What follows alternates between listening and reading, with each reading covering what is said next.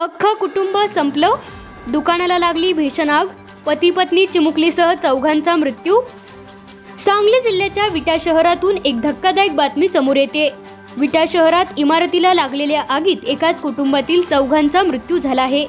मृतांमध्ये 2 वर्षाच्या चिमुकलीसह तिघांचा समावेश आहे, तर 2 जण जखमी झाले आहेत। या मन सुन्न करणाऱ्या घटनेने परिसरात एकच खळबळ उडाली आहे।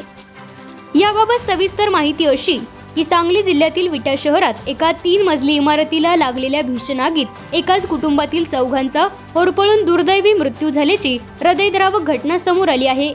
या आगीमध्ये 2 जण जखमी झाले आहेत, तर 2 वर्षाच्या चिमुकलीसह एकाच कुटुंबातील 4 व्यक्तींचा अंत झाला आहे। विटा शहराच्या मध्यवर्ती ठिकाणी असलेल्या एका 3 मजली इमारतीच्या तळमजल्यावर स्टील फर्निचरचे दुकान आहे।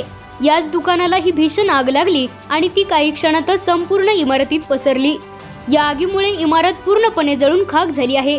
या दुर्घटनेत एकाच कुटुंबातील आई वडील, मुलगी आणि नात अशा चौघांचा होरपळून जागीच मृत्यू झाला आहे।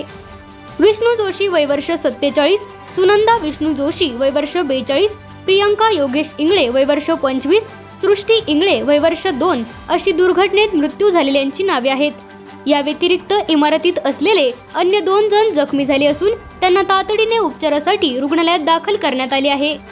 प्राथमिक अंदाजानुसार ही आग शॉर्ट सर्किटमुळे लागली असावी असा अंदाज वर्तवण्यात येत आहे।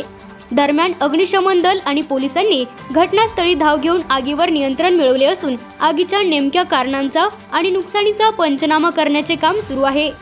एकाच कुटुंबातील 4 व्यक्तींचा मृत्यू झाल्याने सांगली जिल्ह्यात हळहळ व्यक्त होत आहे।